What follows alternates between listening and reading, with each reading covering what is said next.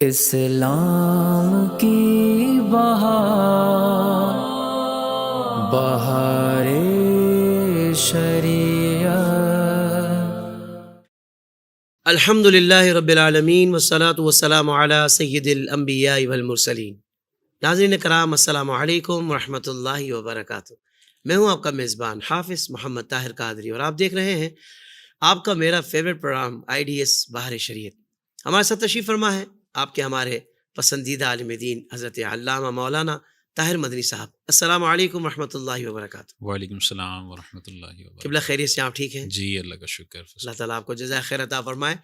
ناظرین کرام، مجھے پرسنلی ایسے بہت سے لوگ ملے کہ جنہوں نے کہا کہ ہم نے بہار شریعت پروگرام کے ذریعے یہ والا مسئلہ پہلی دفعہ سیکھا، حالانکہ کوئی وہ کم عمر نہیں تھے۔ یہ مسئلے جو بہت پہلے انہیں سیکھ لینے چاہیے تھے، مگر وہ اب سیکھ گئے۔ آپ یہ غور کریں، کہیں آپ ان لوگوں میں سے تو نہیں ہے کہ جو اب تک نہیں سیکھ پائے۔ بہت سارے مسائل کہ جن کا سیکھنا ایک مسلمان پر ضروری ہوتا ہے، تو آپ بھی کنیکٹ ہو جائیے۔ یقین مانیں، ایک سوال کا جواب ایک مکمل طور پر مسئلے کا حل ہو جاتا ہے۔ تو میں امید کرتا ہوں انشاءاللہ کہ علم دین سے کنیکٹ رہیں گے تو بہت کچھ سیکھتے رہیں گے، اور پھر عمل کرنے کا جذبہ ہو تو یقیناً زندگی بھی سنور جائے گی اور آخرت کے لیے بھی خوب آسانی ہو جائے گی۔ آج جو ہمارا پروگرام ہے اس میں مختلف یعنی متفرق سوالات ہم نے شامل کیے ہیں، اور علامہ صاحب سے ہم پوچھیں گے اس بارے میں شریعت ہمیں کیا رہنمائی دیتی ہے۔ آپ کو کوئی مسئلہ درپیش ہے، اسکرین پر ای میل ایڈریس بھی آ رہا ہے، نمبرز بھی آ رہے ہیں، مسئلہ ٹائپ کیجیے اور ہمیں میل کر دیجیے یا پھر واٹس ایپ کر دیجیے دیے ہوئے نمبرز پر۔ تو آئیے آغاز کرتے ہیں سوالات کا۔ علامہ صاحب، اور یہ مسئلہ جو میں پوچھنے جا رہا ہوں یہ بہت اہم ہے۔ زندگی میں اکثر لوگوں کے ساتھ یہ کنسرن ہے، مسئلہ ہی ایسا ہے کہ کن وجوہات کی بنا پر غسل فرض ہوتا ہے؟ اعوذ باللہ من الشیطان الرجیم، بسم اللہ الرحمن الرحیم۔ علماء کرام نے قرآن و حدیث کی روشنی میں 5 اسباب ذکر فرمائے ہیں جو زیادہ تر وجہ بنتے ہیں کسی شخص پہ غسل کے فرض ہونے کی۔ ایک تو اس میں سبب ہے کہ جب مخصوص ایام حیض کے ایام مکمل ہوتے ہیں تو مکمل ہونے کے بعد عورت پر غسل فرض ہو جاتا ہے۔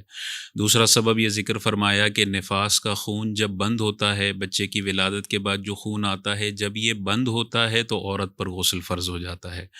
تیسرا سبب یہ بتایا کہ جب ازدواجی تعلق قائم ہو رہا ہو تو دخول ہوتے ہی مرد اور خاتون دونوں پر غسل فرض ہو جائے گا، چاہے انزال نہ ہوا ہو۔ یہ تیسرا سبب ہے۔ چوتھا سبب یہ ہے کہ انسان کا مادہ منویہ اس کی جگہ سے شہوت کے ساتھ جدا ہو اور پھر جسم سے نکل جائے تو اس مادہ منویہ کے نکلنے سے بھی مرد پر غسل فرض ہو جاتا ہے۔ یعنی 2 کنڈیشنز کا پورا ہونا ضروری ہے، اپنے مقام سے شہوت کے ساتھ جدا ہو جائے اور پھر جسم سے بھی باہر نکل جائے تو جیسے نکلے گا چاہے ایک قطرہ ہی کیوں نہ ہو اس سے غسل فرض ہو جائے گا۔ معلوم ہوا کہ اگر شہوت کے ساتھ جدا نہیں ہوا، وزن اٹھانے کی وجہ سے ہو گیا، کمزوری کی وجہ سے ہو گیا، تو اس مادہ منویہ کے نکلنے سے غسل کے فرض ہونے کا تعلق نہیں ہے۔ یہ 4 اسباب ہو گئے۔ 5واں سبب علماء کرام نے لکھا ہوا ہے کہ سوتی حالت میں اگر احتلام ہو جائے تو غسل فرض ہو جاتا ہے۔ اب یہ سوتی حالت میں احتلام کا کیا مطلب ہے؟ اس کا مطلب یہ ہے کہ صبح آپ اٹھیں اور ایک تو یہ ہے کہ آپ کو کپڑوں پہ کوئی نشانات نظر نہیں آ رہے، لیکن رات کو خواب کا کچھ یاد پڑتا ہے، اور یہ بھی یاد پڑتا ہے احتلام ہوا تھا، تو اس یاد پڑنے سے کچھ بھی نہیں ہوگا، کیونکہ اصل ثبوت ہے، ثبوت نہیں ہے تو غسل فرض نہیں ہے۔ اگر صبح اٹھ کے آپ کپڑوں پہ نشانات دیکھتے ہیں اور آپ کو یہ یقین ہے کہ یہ مادہ منویہ ہے تو غسل فرض ہو جائے گا، اور اگر یقین نہیں ہے مادہ منویہ کا لیکن اس کے مذی ہونے کا یقین ہے، جو مادہ منویہ سے پہلے پانی نکلتا ہے اس کو مذی کہتے ہیں، اس کے نکلنے کا یقین ہے، اور رات کو آپ کو احتلام ہونا بھی یاد آ رہا ہے کہ آنکھ کھلی تھی اور احتلام والے معاملات ہوئے تھے، تو مذی کے یقین پر بھی غسل فرض ہو جائے گا۔ اگر اس کے علاوہ کا یقین ہے کہ پسینہ ہو سکتا ہے، پیشاب کے قطروں کا کسی کو مسئلہ ہے، وہ سمجھتا ہے نشانات پیشاب کے قطرے کے ہیں یا ودی کے ہیں، جو پیشاب سے پہلے گاڑھا لیسدار مادہ آتا ہے وہ ودی ہوتی ہے، تو ان ساری صورتوں میں غسل فرض نہیں ہوگا۔ تو سوتی حالت میں احتلام ہو جائے اور کپڑوں پہ قطرے ہیں اور جن کے مادہ منویہ ہونے کا یقین ہے یا مزی ہونے کا یقین ہے، پلس رات میں خواب یاد ہے یا رات میں اٹھنا اور احتلام ہونا یاد ہے، تو غسل فرض ہو جائے گا۔ یہ 5 اسباب علماء کرام نے بیان فرمائے۔ اگر غسل فرض ہو جاتا ہے تو غسل کرنے سے پہلے مرد کو یہ 3 کام میں سے کوئی ایک کام کرنا ضروری ہے۔ یعنی غسل کرنے سے پہلے اب جو نسوں کے اندر مادہ منویہ بچا ہوا ہے نا، اس کو مکمل طور پر نکالنے سے پہلے اگر وہ غسل کرتا ہے اور غسل کے بعد پھر بچا ہوا مادہ نکل آتا ہے تو دوبارہ غسل فرض ہو جائے گا۔ تو لہٰذا اس کو نکالنے کے لیے علماء کرام نے ارشاد فرمایا کہ یا تو تھوڑا اور سو جائے، جیسے اعضا ڈھیلے پڑیں گے تو بچا ہوا مادہ منویہ نکل جائے گا، یا پیشاب کر لے تو جو بچا ہوا مادہ منویہ ہے وہ نکل جائے گا، یا تھوڑی چہل قدمی کر لے تو اس کے پریشر سے بچا ہوا مادہ منویہ نکل جائے گا۔ پھر غسل کے بعد اگر کوئی قطرہ آتا بھی ہے تو ہم کہیں گے یہ نیا مادہ منویہ ہے، یہ وہ شہوت والا نہیں ہے۔ جب نیا ہے تو اس سے غسل فرض نہیں ہوگا۔ یہ 3 کام کرنے سے پہلے غسل کیا اور بعد میں قطرہ محسوس ہوتا ہے جس کے مادہ منویہ کا یقین ہے تو پھر سے غسل فرض ہو جائے گا۔ تو یہ احتیاط کرنی چاہیے۔ اللہ اکبر، سبحان اللہ۔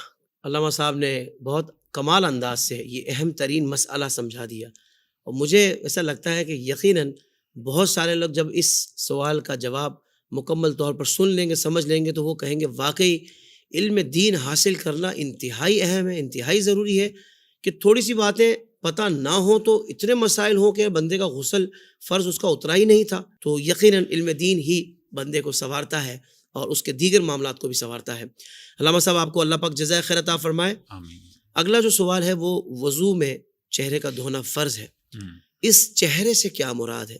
داڑھی کے بال، کن پٹی، ہونٹ، پلکیں، یہ بھی اس میں شامل ہیں؟ تو ہیں تو کس انداز سے اس کو چہرے کو دھونا یہ ارشاد فرماتے ہیں؟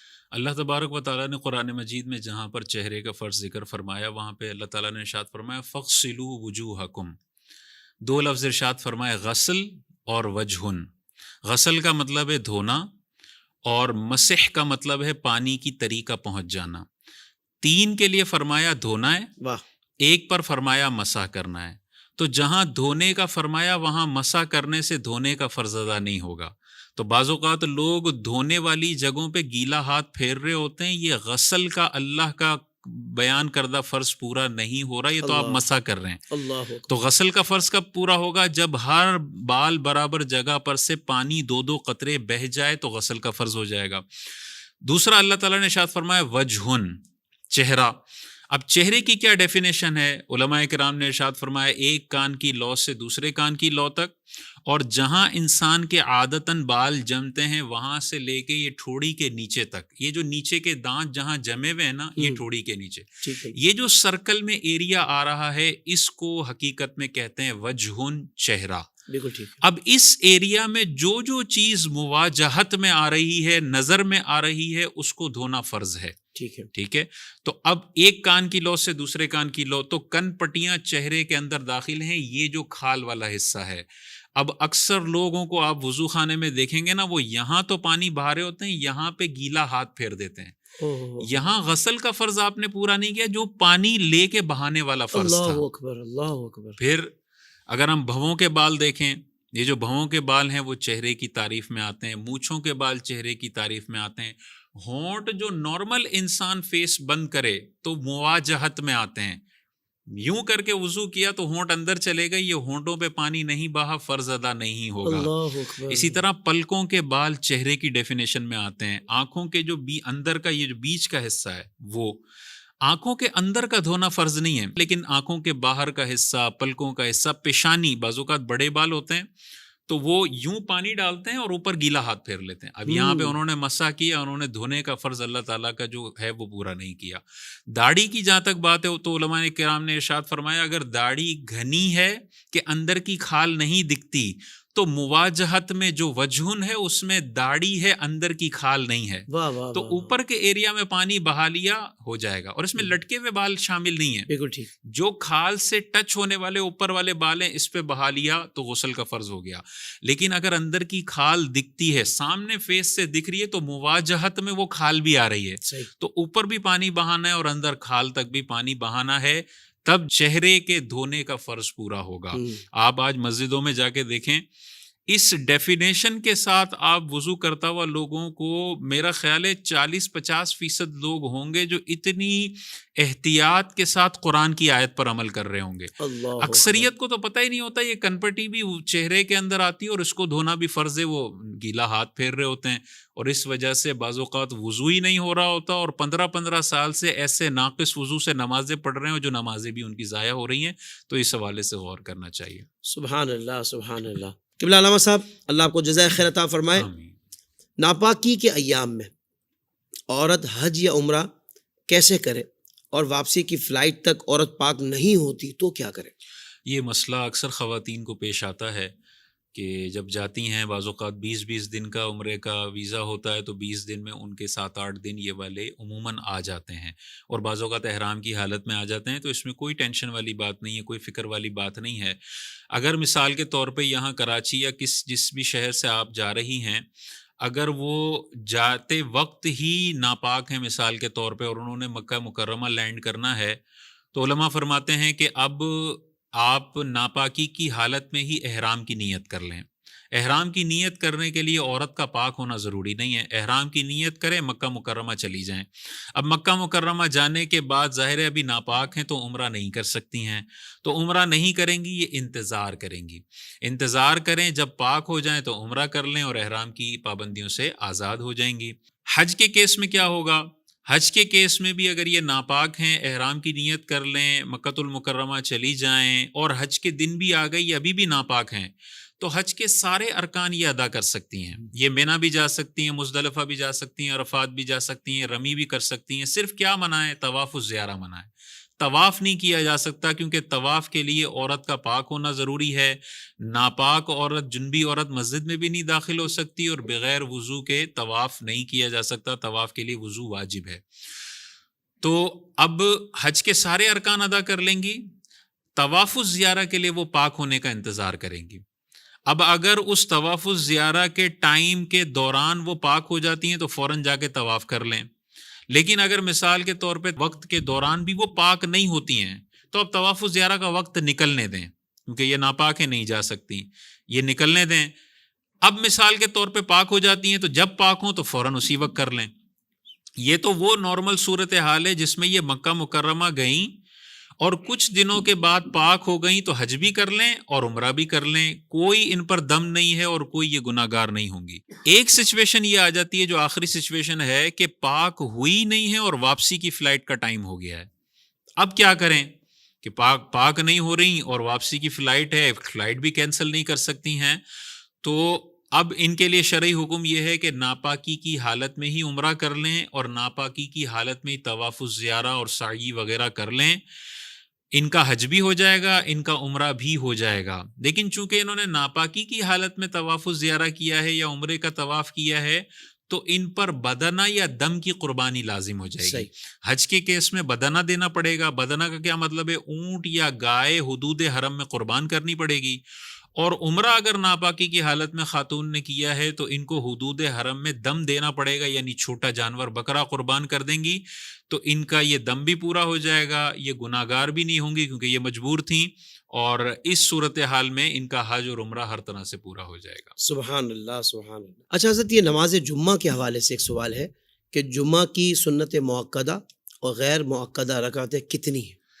جمعے کی سنت موقدہ اور غیر موقدہ کے حوالے سے علماء کرام نے جو ارشاد فرمایا کہ جمعے کے فرائض سے پہلے جو 4 رکعتیں سنتیں پڑھی جاتی ہیں، یہ سنت موقدہ ہیں. سنت موقدہ کا مطلب یہ ہوتا ہے کہ 1-2 بار اگر چھوڑی ہیں تو گناہ گار نہیں ہوگا، برا کیا اس نے، لیکن اگر چھوڑنے کی عادت بنا لیتا ہے تو پھر یہ گناہ گار ہوگا.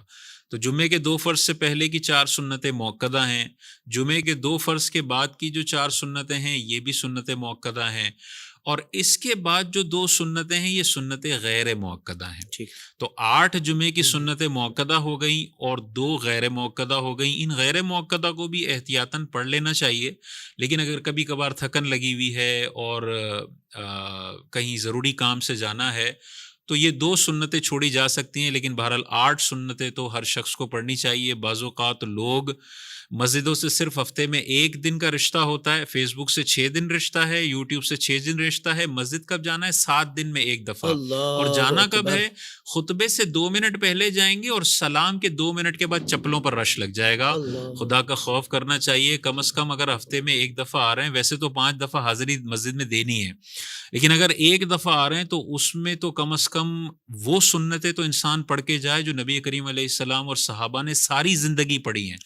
ساری زندگی کی سنتیں چھوڑ کے صرف فرض پڑھ کے لوگ باہر چلے جاتے ہیں، یہ انتہائی غیر مناسب طریقہ ہے. بالکل ٹھیک ہے.